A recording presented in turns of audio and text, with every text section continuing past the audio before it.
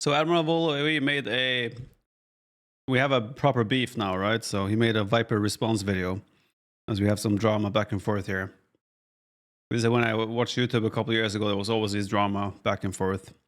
Obviously, that's not the case here, but apparently Admiral Volo made a Viper response video to the reaction video I did. 6 minutes video, so let's have a look, see what it's like. Ahoy and welcome. This is Admiral. Here today with the response to the Viper's commentary on my Smaller Villagers video and a bit of follow-up. First off, and most importantly, I want to say thanks to the man, the myth, the maker of Master Pizzas for reacting to my video. A surprise, to be sure, but a welcome one. It's always inspiring when pillars of the community send positive attention to lesser-known members, and well... Wait, was I wearing the same shirt? No, that one is blue. This one is gray.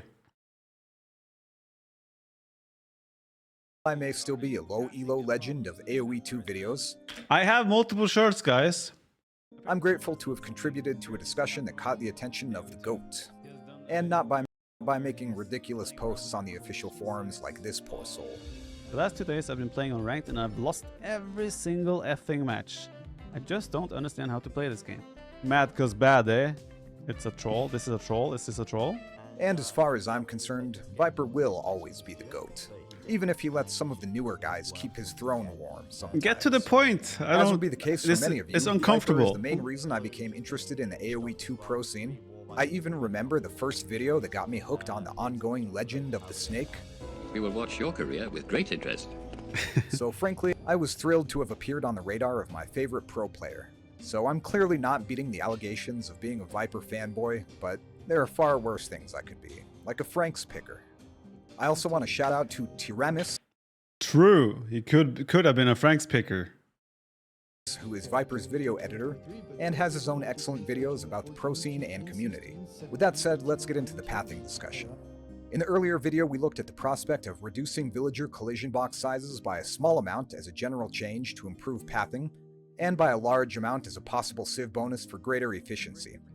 Although, admittedly, I devoted a disproportionate... Let me just make sure my camera is not in the way. Well, there you go. Now it's not in the way. ...amount of time to the extreme civ bonus discussion, which, while interesting and relevant in the context of my obscenely overcrowded video scenario volume? city, Is the video volume low? I'm looking at my audio balance and it's like barely lower than my talking. can look rather silly and unrealistic when villagers lose all of their personal space, as Viper and others have noted. The main issue I would have with this is, I know it's a bit counterproductive to what I just said about the trade cards, but the realism part of villagers just standing on top of each other non-stop, smart guy, and mining and such, it would feel extremely unrealistic, and I think a lot of people would not like that. So here I'll be exclusively focused on finding a small but effective dose of Pathium that could be prescribed to improve the existing movement maladies. We're just going to run 2 very simple tests that should give us some idea of how this generalizes to pathing as a whole, looking at observable inefficiencies like units stopping or getting trapped while working. We'll start with the gold mining race with a control group of normal-sized female villagers, and then male villagers that are 10, 15, and 20% smaller. Okay, wait, so what was that now? So normal villagers, 0.2, okay. 10% smaller, 15%, and 20% smaller collision radius. Female villagers, and then male villagers that are 10, 15, and 20% smaller. Running those tests, here are the quantitative and observational findings for each size reduction group. Blockage frequency for vill types. Normal group, common. So 10% smaller, a bit less common, roughly 3 out of 4 of generic. Or 3/4. Still less common. 15% smaller, less common, weird sticking behavior. Not sure what the weird sticking behavior is. 20% smaller, less common, less than half of generic. Okay. Note that I found some strange behaviors at 15% shrinkage, such as units stacking on each other and getting stuck, such that those gold miners were actually less efficient on average than the 10%. That's weird. Frankly, I was surprised by this and have no way of accounting for it, other than noting that certain irregular sizes of units may trigger unusual behavior. But this is why it's important to run tests and see what actually works, rather than making assumptions about the outcome of an arbitrary level So of it was shrinkage. less effective at Next up, we'll 15%. revisit the journey test from the first video, where we simply task a group of villagers to go somewhere. Some of them will invariably bump into something on the way and stop. I ran 6 tests for each villager category, and these were the results. Generic villagers averaged 4.5 out of 25 villagers stopping to admire the scenery, with about half or fewer of that amount going idle for each group of the smaller villagers. So what we see is that even shrinking the collision radius by 10% has a notable effect on movement, and a small improvement on gather rate for working villagers. And if we wanted to go up to 20%, we have a comparable movement boost and a larger efficiency improvement, which is what I'd prefer, and not entirely coincidentally what I recommended as a global change in my previous video, and all without having the units pile onto each other in a way that would diminish the visual realism. Yeah. The higher effective gather rate itself isn't that important, since it would become the new normal for all civs, but it would mean that resource collection is more consistent and less prone to disruption by excessive bumping or prolonged blocking. So while there's no quick fix that can magically solve all pathing problems, I do think we have found some low-hanging fruit that can at least be part of a more complete solution. That also doesn't look unrealistic, right? They're a little bit closer to each other, but it's like, this is as close as they would have stood if this was real life, right? Problems. This doesn't look unrealistic or anything, so 20% to me looks like pretty solid. I do think we have found some low-hanging fruit that can at least be part of a more complete solution, and could be implemented very easily to create a mild but instant improvement to villager movement and Mangoes are more powerful as well? Sure. Before we wrap up, we are going to breeze through. Mangonels this day and age aren't broken in any way. Mangonels don't do more damage. Like they're not one of the units that are broken that we should be concerned about. Oh, now Mangonels will hit one more villager each shot. That's not a problem. Through a possible alternative solution.